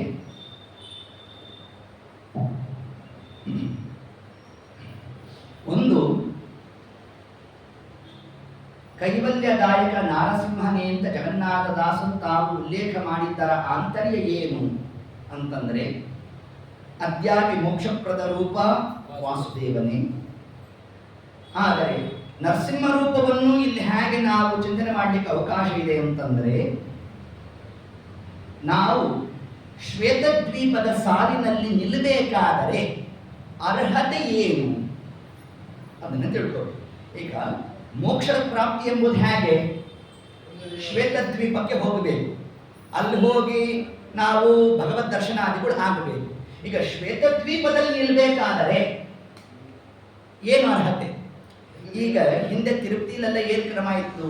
ಕೈಗೊಂದು ಬ್ಯಾಂಡ್ ಕೊಡೋದು, ಸುದರ್ಶನ ದರ್ಶನ ಅಂತ ಒಂದು ಇದನ್ನು ಇಷ್ಟು ಗಂಟೆಗೆ ಬರ್ರಿ ಅಂತ ಹೇಳಿದ್ರು. ಆ ಬ್ಯಾಂಡ್ ಹಾಕೊಂಡಿದ್ದವರು ಮಾತ್ರ ಆ ಕ್ಯೂ ಅಲ್ಲಿ ನಿಲ್ಲಲಿಕ್ಕೆ ಅಧಿಕಾರ ಪ್ರಾಪ್ತಿಯಾಗುತ್ತೆ. ಅದರಂತೆ ಶ್ವೇತದ್ವೀಪದ ಸಾಲಿನಲ್ಲಿ ನಾವು ನಿಲ್ಲಬೇಕಾದರೆ ಯಾವ ಬ್ಯಾಂಡ್ ಹಾಕೊಂಡಿರ್ಬೇಕು ನಾವು ಅಂತಂದ್ರೆ, ನರಸಿಂಹದೇವರ ಮೊಹರ್ ಆಗಿರೋ ಒಂದು ಬ್ಯಾಂಡ್ ಹಾಕೊಂಡಿದ್ರೆ ಮಾತ್ರ ಶ್ವೇತದ್ವೀಪದ ಸಾಲಲ್ಲಿ ನಿಲ್ಲಲಿಕ್ಕೆ ನಮಗೆ ಅರ್ಹತಾ ಪ್ರಾಪ್ತಿ. ಯಾವ ಬ್ಯಾಂಡ್ ಅದು ಅಂತಂದ್ರೆ, ಈಗ ನಾವು ಶ್ವೇತದ್ವೀಪಕ್ಕೆ ಹೋಗ್ಲಿಕ್ಕೆ ಆಗೋಲ್ಲ. ಯಾಕೆ ಆಗೋಲ್ಲ ಅಂದ್ರೆ ಲಿಂಗ ಶರೀರ ಇದೆ. ಆ ಲಿಂಗ ಶರೀರವನ್ನ ಕಳೆಯುವ ರೂಪ ಯಾವುದು? ನರಸಿಂಹ ರೂಪ. ಅದಕ್ಕೆ ಕೈವಲ್ಯದಾಯಕ ನಾರಸಿಂಹನೇ ಅಂತ ತಿಳಿಸಿದ್ದು. ಶ್ವೇತದ್ವೀಪಕ್ಕೆ ನಿಲ್ಲುವ ಅರ್ಹತೆ ಪ್ರಾಪ್ತಿ ಕೊಡೋ ರೂಪ ಯಾವುದು? ಅದು ನರಸಿಂಹ ರೂಪ.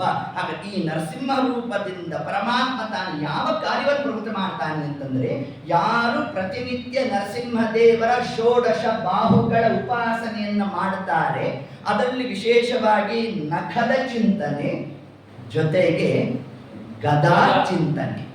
ಆ ಗದಾ ಚಿಂತನೆ ಮಾಡಿದಾಗ ಬ್ರಹ್ಮಣ ಸಹ ವಿರಜಾ ಸ್ನಾನೇನ ತೆಕ್ತ ಲಿಂಗಾನ. ಇಷ್ಟಂತೂ ಪ್ರಕರಣ ನಮಗೆ ಗೊತ್ತಿರೋದು. ಏನು? ಎಲ್ಲರೂ ಕೂಡ, ಎಲ್ಲರೂ ಅಂದ್ರೆ ಯಾರ್ಯಾರು ಸಾಧಕರೋ ಆ ಎಲ್ಲ ಸಾತ್ವಿಕ ಜೀವರಾಶಿಗಳು ಕೂಡ ಬ್ರಹ್ಮದೇವರೊಟ್ಟಿಗೆ ವಿರಜಾ ಸ್ನಾನವನ್ನ ಮಾಡಬೇಕು. ಯಾವಾಗ?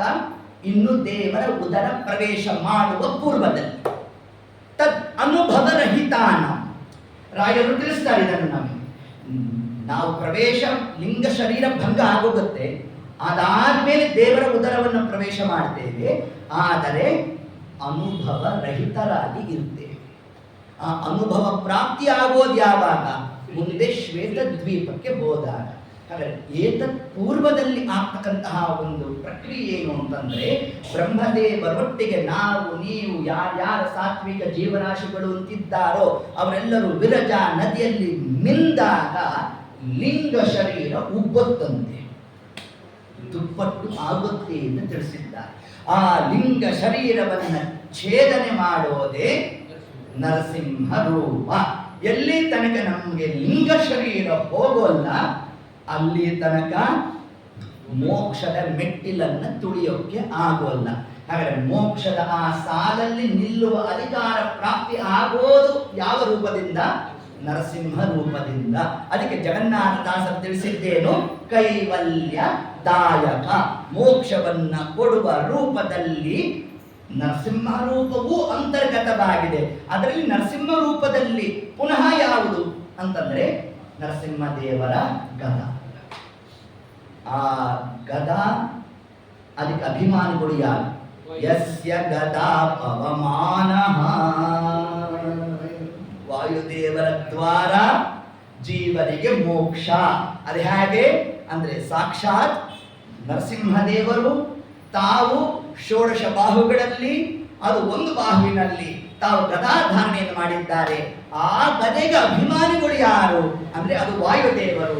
ವಾಯುದೇವರ ದ್ವಾರ ಪರಮಾತ್ಮ ಸಜ್ಜೀವರಿಗೆ ತಾನು ಮೋಕ್ಷವನ್ನ ಕೊಡಿಸ್ತಾನೆ ಕಲ್ಪ ಪರ್ಯಂತ. ಇದನ್ನೇ ನಮಗೆ ಹರಿಕಥಾಮೃತ ಸಾರದಲ್ಲಿ ಜಗನ್ನಾಥದಾಸರು ತಿಳಿಸಿದ್ದು. 3 ವಿಧ ಜೀವರೊಳಗಬ್ಜಜ ಕಲ್ಪ ಪರ್ಯಂತ ತಾ ರಚಿಸಿ ಸಾತ್ವರಿಗೆ ಸುಖ ಸಂಸಾರ ಮಿಶ್ರ, ಅಧಮ ಜನರಿಗೆ ಅಪಾರ ದುಃಖಗಳೀವ. ಸಾತ್ವಿಕ ಜೀವರಾಶಿಗಳಿಗೆ ಮೋಕ್ಷ ಪ್ರಾಪ್ತಿ ಎಂಬುದು ಹೇಗೆ ಅಂತಂದ್ರೆ, ಆ ನರಸಿಂಹ ರೂಪ ಗದ, ಆ ಗದೆಗೆ ಅಭಿಮಾನಿ ಯಾರು? ಸಾಕ್ಷಾತ್ತಾಗಿ ವಾಯುದೇವರು ತಿಳಿಸಿದ್ದಾರೆ. ಅಲ್ಲಿರ್ತಕ್ಕಂತಹ ಪುನಃ ಪರಮಾತ್ಮನ ಯಾವ ರೂಪ ಗದ ಆಯಿತು. ಈಗ ಶಂಖ ಒಂದು ವಿಶ್ವಕರ್ಮನಿಂದ ನಿರ್ಮಾಣ ಆಯಿತು, ಆಯ್ತಾ. ಮತ್ತೊಂದು ಶಂಖ ಅದು ಸಾಕ್ಷಾತ್ತಾಗಿ ಲಕ್ಷ್ಮ್ಯಾತ್ಮಕವಾದದ್ದು, ಶ್ರೀನಾಮಗಳ ಲಕ್ಷ್ಮೀದೇವಿ ಶಂಖ ಆಯ್ತಾ. ಈ ಪರಮಾತ್ಮನ ಯಾವ ರೂಪ ಶಂಖ ಆಯಿತು? ವಾಸುದೇವರು. ಅದಕ್ಕೆ ನಮಃ ಪರಸ್ಮೈ ಪುರುಷಾಯ ಭೂಯಸೆ. ವಾಸುದೇವ ರೂಪಕ್ಕೆ ಏನು ಹೆಸರು?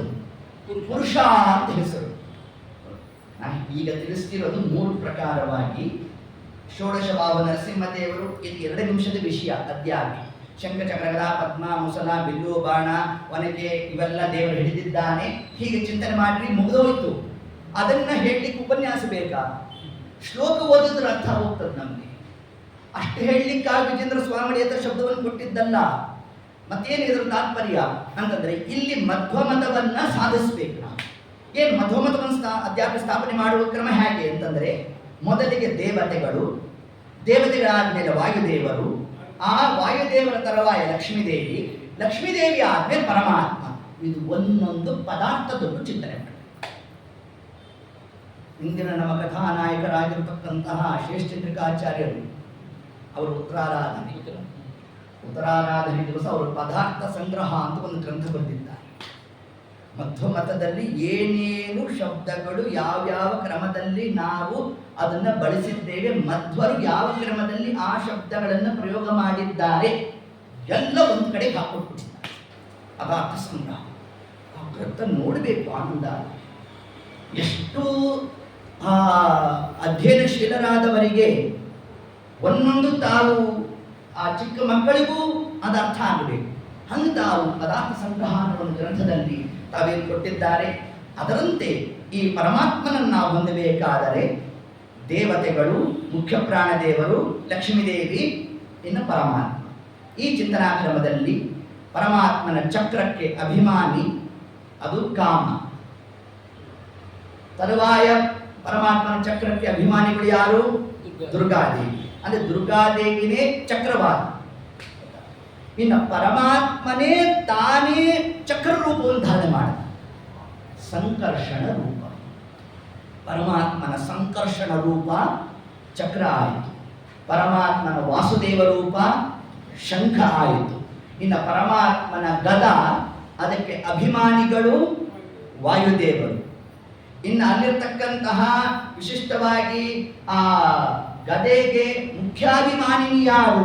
ದುರ್ಗಾದೇವಿ ಪುನಃ.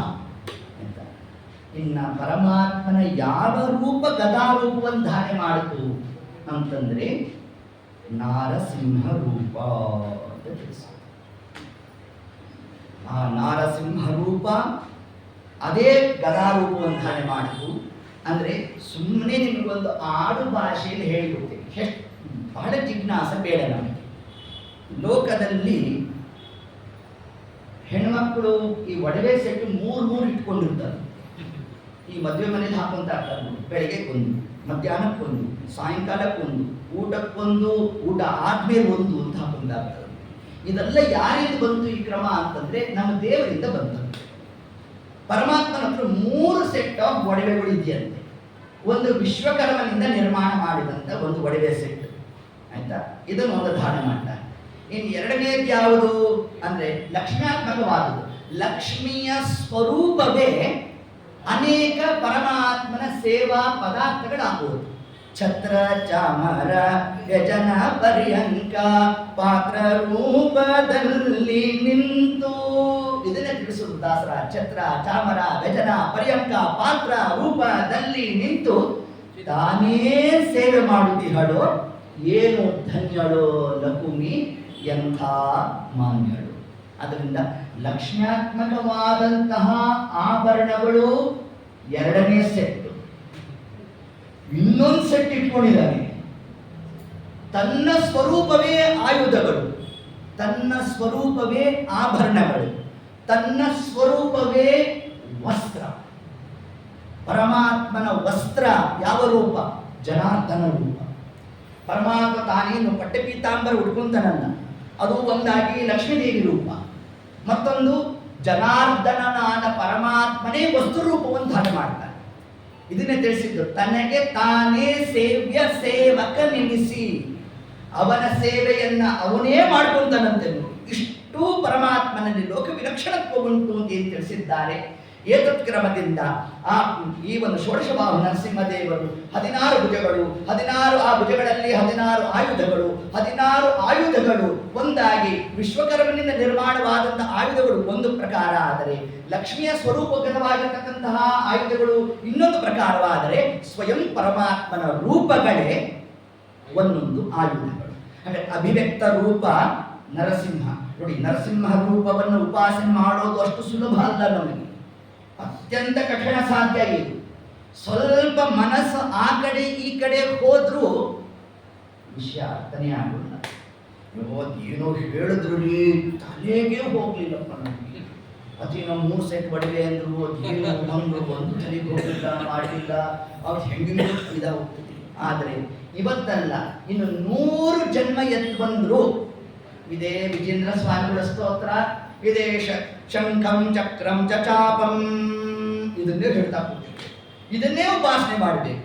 ಆದ್ದರಿಂದ ಗಾಳಿ ಬಂದಾಗ ತೂರಿಕೊಳ್ಳಿ, ಅದರಲ್ಲೂ ಮನುಷ್ಯ ಜನ್ಮ, ಅದರಲ್ಲೂ ಮಧ್ವರಾಯ ಶಿಷ್ಯರು, ಅದರಲ್ಲೂ ಮಾಧ್ವ ಸಂಘಕ್ಕೆ ಬರುವ ಯೋಗ್ಯತಾ ಪ್ರಾಪ್ತಿಯಾದಾಗ ಇಂತಹ ಏನು ಈ ಒಂದು ಅವಕಾಶ ನಮ್ಮ ಪ್ರಾಪ್ತಿಯಾಗಿರ್ತದೆ, ಅದನ್ನು ನಾವು ತಗೊಂಡು ಕೇಳಿದ್ದೇವೆ, ಉಪನ್ಯಾಸ ಆದಮೇಲೆ ಅದನ್ನಿಲ್ಲೇ ಬಿಟ್ಟು ಮನೆ ಹೋಗ್ತೇವೆ ಅಲ್ಲ, ಚಿಂತನ ನಡೆಸಬೇಕು. ಇದು ನಾವು ವಿಜೇಂದ್ರ ಸ್ವಾಮಿಗಳ ಸೇವಾ ಮಾಡುವ ಕ್ರಮ. ಮಾಡಿದಾಗ ಮಾತ್ರ ಇದು ಮೋಕ್ಷಕ್ಕೆ ಸಾಧನೆ ಆಗುತ್ತೆ. ಮುಂದೆ ನೀವು ಬಿಂಬೋಪಾಸನೆಗೆ ತೊಡಗಿದಾಗ ಈ ನರಸಿಂಹ ರೂಪದ ವಿಶಿಷ್ಟವಾದಂತಹ ಒಂದು ಚಿಂತನೆ ಬಿಂಬೋಪಾಸನೆಯಲ್ಲೂ ಕೂಡ ನಮಗೆ ಶ್ರೀಮದ್ ಆಚಾರ್ಯರು ತಿಳಿಸ್ಕೊಟ್ಟಿದ್ದಾರೆ. ಅಲ್ಲೂ ಕೂಡ 3 ಆವರಣಗಳ ಮಧ್ಯದಲ್ಲಿ ನರಸಿಂಹ ರೂಪದ ಒಂದು ಚಿಂತನೆಯನ್ನು ತಿಳಿಸ್ಕೊಟ್ಟಿದ್ದಾರೆ. ಎಲ್ಲೆಲ್ಲಿ ಅಂತಂದ್ರೆ,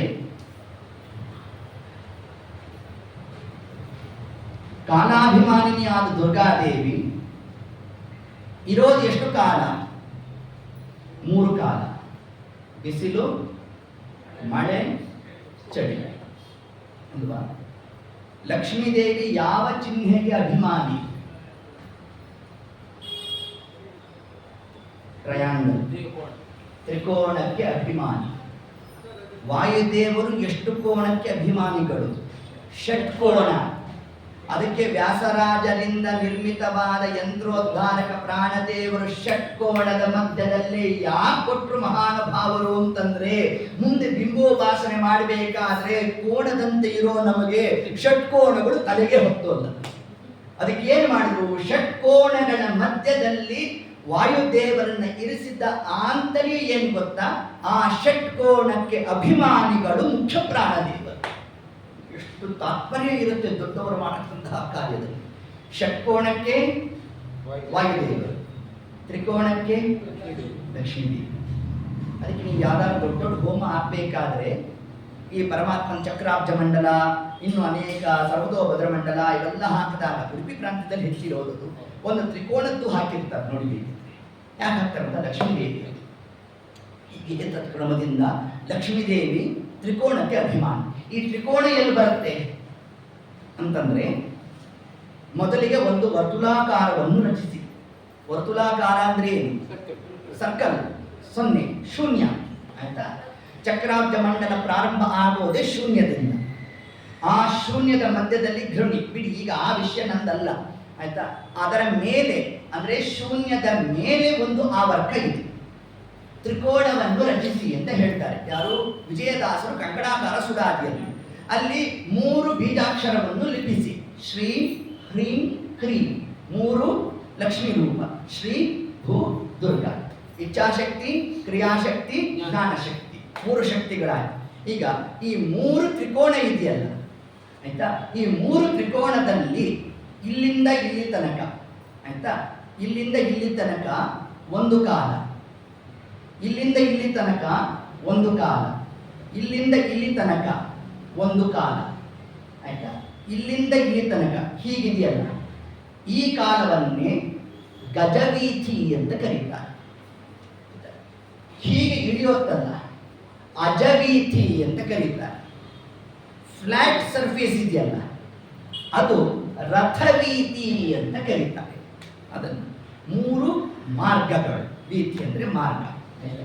ಇದನ್ನ ಯಾಕೆ ತಲೆ ತಿಂತಾ ಇದ್ದೀರಿ ನಮಗೆ ಅಂತಂದ್ರೆ ಇನ್ನೊಂದು ವಿಷಯ ಇದೆ ನಮಗೆ. ಅದೇನು ಅಂತಂದ್ರೆ ಈ ಗಜವೀಥಿಯಲ್ಲಿ ಸೂರ್ಯನ ಸಂಚಾರದ ಕ್ರಮ ಆಯ್ತಾ. ಹಗಲು ಜಾಸ್ತಿ ಇರುತ್ತೆ, ರಾತ್ರಿ ಕಡಿಮೆ ಇರುತ್ತೆ. ಬೇಸಿಗೆಯಲ್ಲಿ 6:30 ಆದರೂ ಇನ್ನು ಬೆಳಕಾಗೇ ಇರುತ್ತೆ, 5:30 ಏನೇನು ಅಂತ ಅನಿಸ್ತಾ ಇರುತ್ತೆ. ಯಾಕೆ ಅಂದರೆ ಗಜವೀಥಿ. ಅಲ್ಲಿರ್ತಕ್ಕಂತಹ ಭಗವದ್ ರೂಪ ಯಾವುದು ಅಂತಂದ್ರೆ ಸೀತಾರಾಮಚಂದ್ರ ರೂಪ. ಅಜವೀಥಿ ನೋಡಿ, ಇದು ಅಪ್ಪಾಯಿತು. ಸೂರ್ಯನ ಸಂಚಾರ ನಿಧಾನ. ನಿಮ್ಗೆ ಮೆಟ್ಲು ಹತ್ಬೇಕಾದ್ರೆ ಬೇಗ ಹತ್ತೀರಾ? ಇಲ್ಲ, ಅದು ಗಜವೀಥಿ. ಚಿಂತನೆ ಮಾಡಬೇಕು. ಮೆಟ್ಲು ಹತ್ಬೇಕಾದ್ರೆ ಇದು ಗಜವೀಥಿ, ಚಿಂತನೆ ಮಾಡಬೇಕು. ಇಳಿಬೇಕಾದರೆ ಅಜವೀಥಿ, ಹುಡುಗುಡು ಇಟ್ಕೊಂಡು ಅದಕ್ಕೆ ಅಜ ಭಾರಿ ಸ್ಪೀಡಲ್ಲಿರುತ್ತೆ. ಅಲ್ಲಿರ್ತಕ್ಕಂಥ ಭಗವದ್ ರೂಪ ಯಾವುದು? ಕೃಷ್ಣ ರೂಪ. ರಥವೀಥಿ ಅಂತ ಕರೆದು, ರಥದ 2 ಚಕ್ರವು ಸಮವಾಗಿ ತಿರುಗಿದ್ರೆ ಮಾತ್ರ ರಥ ಮುಂದಕ್ಕೆ ಹೋಗೋದು. ಅದರಂತೆ ಮಳೆಗಾಲ ಹಗಲು ರಾತ್ರಿ ಸಮಸಮವಾಗಿ ಇರುತ್ತೆ. ನಿಮಗೆ ಚಳಿಗಾಲದಲ್ಲಿ ಬೇಗ ಕತ್ಲಾಗುತ್ತೆ, ಬೇಸಿಗೆ ಕಾಲದಲ್ಲಿ ನಿಧಾನವಾಗಿ ಕತ್ಲಾಗುತ್ತೆ. ಮಳೆಗಾಲದಲ್ಲಿ ಹಾಗಲ್ಲ, 2 ಸಮವಾಗಿ ಇರುತ್ತಂತೆ. ಅಲ್ಲಿ 2 ಸಮತೋಲನವನ್ನು ಮಾಡತಕ್ಕಂತಹ ಪರಮಾತ್ಮನ ರೂಪ ಯಾವುದು? ನರಸಿಂಹ ರೂಪ. ಹೀಗೆ ಏತತ್ ಕ್ರಮದಿಂದ ಪರಮಾತ್ಮ ತಾನು ಶಂಖಂ ಚ ಚಕ್ರಂ, ಪರಮಾತ್ಮ ಚಕ್ರವನ್ನ ಧಾರಣೆ ಮಾಡಿದ್ದಾನೆ ಅಂತಂದ್ರೆ ಇಡೀ ಎಲ್ಲ ಕಾಲಗಳನ್ನು ಸಮವಾಗಿ ನಿರ್ವಹಣೆಯನ್ನ ನಡೆಸ್ತಕ್ಕಂತಹ ಭಗವದ್ ರೂಪ ಯಾವುದು? ಅದು ನರಸಿಂಹ ರೂಪ. ಅದು ಎಲ್ಲಿದ್ದು ಮಾಡ್ತಾ ಇದ್ದಾನೆ? ಲಕ್ಷ್ಮೀ ದೇವಿಯ ಒಳಗೆ ಪರಮಾತ್ಮ ಪ್ರವೇಶ ಮಾಡಿ ಮಾಡ್ತಾ ಇದ್ದಾನೆ. ಪಾತು ಮಾಂ ನಾರಸಿಂಹ. ಹೀಗೆ ಕಾಲಾಭಿಮಾನಿನಿಯಾದ ಲಕ್ಷ್ಮೀ ದೇವಿಯ ಒಳಗೆ ಯಾರಿದ್ದು ಈ ಕಾರ್ಯವನ್ನು ನಡೆಸ್ತಾ ಇದ್ದಾನೋ ಅಂತಹ ಪರಮಾತ್ಮನ ಕೈಯಲ್ಲಿ ಇರ್ತಕ್ಕಂತಹ ಚಾಪಂ, ಆ ಒಂದು ಚಕ್ರದ ಚಿಂತನೆಯನ್ನು ಮಾಡ್ತಾ ಇನ್ನು ಮುಂದೆ ಚಾಪ. ಚಾಪ ಅಂದ್ರೆ ಬಿಲ್ಲು. ದೇವರ ಬಿಲ್ಲಿಗೆ ಅಭಿಮಾನಿ ಯಾರು ಅಂತಂದ್ರೆ ಸೀತಾದೇವಿ ಅಂತ ತಿಳಿಸ್ತಾರೆ. ಪರಮಾತ್ಮನ ಕೈಯಲ್ಲಿರ್ತಕ್ಕಂತಹ ಬಿಲ್ಲಿಗೆ ಅಭಿಮಾನಿ ಸೀತಾದೇವಿ ಆದರೆ ಇನ್ನು ಪರಮಾತ್ಮನ ರೂಪ ಯಾವುದು? ರಾಮರೂಪ. ಬಿಲ್ಲು ಸಾಕ್ಷಾತ್ ರಾಮರೂಪ ಅಂತ ಚಿಂತನೆ ಮಾಡಿ. ಅದಕ್ಕೆ ಅಭಿಮಾನಿಗಳು ಯಾರು? ಸೀತಾದೇವಿ ಅಂತ ಚಿಂತನೆ ಮಾಡಿ. ಇನ್ನು ಮುಂದೆ ಬಾಣ. ಬಾಣ ಅಂತ ನಮಗೆ ಗೊತ್ತೇ ಗೊತ್ತು, ವಾಯುದೇವ. ಬಾಣ, ಅದಕ್ಕೆ ಅಭಿಮಾನಿಗಳು ವಾಯುದೇವರು. ಪರಮಾತ್ಮನ ರೂಪ ಯಾವುದು? ರಾಮರೂಪ.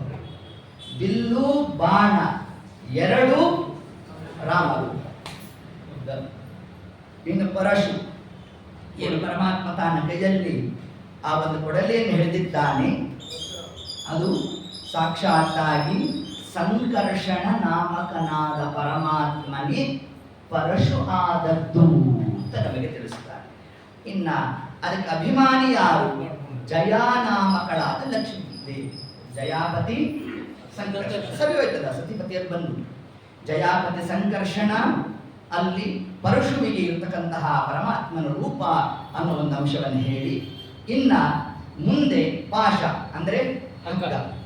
ಹಗ್ಗ ಅಂದ್ರೆ ದಾಮೋದರ. ಪರಮಾತ್ಮನ ರೂಪ ದಾಮೋದರ. ಲಕ್ಷ್ಮೀದೇವಿ ದುರ್ಗಾ. ರಜ್ಜುಸ್ತತ್ವಾಭಿಮಾನಿನಿ ಎಲ್ಲಿ ಬರುತ್ತೆ? ಶ್ರೀನಿವಾಸನ ಕಲ್ಯಾಣದಲ್ಲಿ ಬರುತ್ತೆ ಈ ಮಾತು. ಹೌದು, ಪರಮಾತ್ಮ ಕುದುರೆ ಹತ್ತದ ಕುದುರೆ ಯಾರು? ವಾಯುದೇವರು. ಹೌದಾ? ಕುದುರೆ ಮೇಲೆ ಹಂಗೆ ಕೂತ್ತಾ ಕೂಡ್ಲಿಲ್ಲ, ಅಲ್ಲೊಂದು ಮೇಲೊಂದು ಆಸನ ಬೇಕಾಯಿತು. ಆ ಆಸನ ಯಾರು? ಭೂನಾಮಗಳಾದ ಲಕ್ಷ್ಮೀದೇವಿ. ಅದರ ಮೇಲೆ ನಮ್ಮ ಪರಮಾತ್ಮ ಕೂತಾಗ ಆ ವಾಯುದೇವರನ್ನ ನಿರ್ವಹಣೆ ಮಾಡಬೇಕಲ್ಲ. ನೇರವಾಗಿ ಮಾಡಿದಾನ? ಹಂಗಲ್ಲ ಮಾಡೋಲ್ಲ. ಅದಕ್ಕೆ ಏನ್ ಮಾಡ್ದ? ಅದಕ್ಕೆ ರಜ್ಜು ಬೇಕಾಯಿತು. ಆ ರಜ್ಜು ಯಾರು? ದುರ್ಗಾದೇವಿ.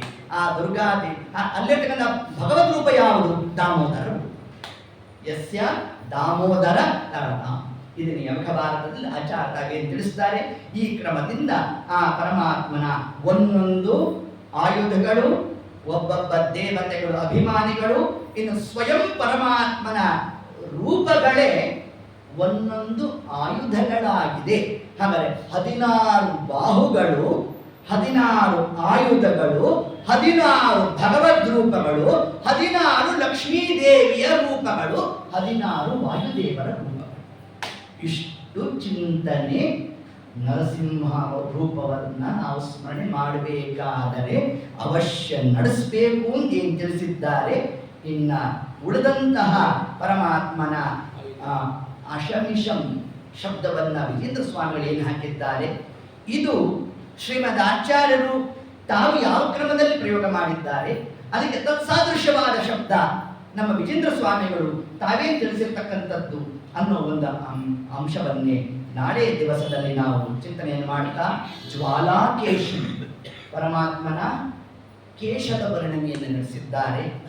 ತ್ರಿನೇತ್ರಂ, ಆ ಜ್ವಾಲಾಕೇಶ ಅಂತಂದ್ರೆ ಇದನ್ನು ಹೇಗೆ ನಾವು ಪದಚ್ಛೇದ ಮಾಡಬೇಕು, ಏಕಾರ್ಥ ಕೋಶದಲ್ಲಿ ಇದಕ್ಕೆ ಏನೇನು ಅರ್ಥವನ್ನು ನಾವು ಕೊಡ್ಲಿಕ್ಕೆ ಅವಕಾಶ ಇದೆ, ಆ ಎಲ್ಲ ಅಂಶವನ್ನು ಕೂಡ ನಾಳೆ ದಿವಸದಲ್ಲಿ ಚಿಂತನೆಯನ್ನು ಮಾಡ್ತಾ, ಮುಂದೆ ಪರಮಾತ್ಮನ ಆ ಒಂದು ಮುಖಭಾಗದ ವರ್ಣನೆಯನ್ನ ನಾಸಾಗ್ರಂ ಪೀಲಗಂಡಂ ಅಂತ ಏನು ತಿಳಿಸಿದ್ದಾರೆ.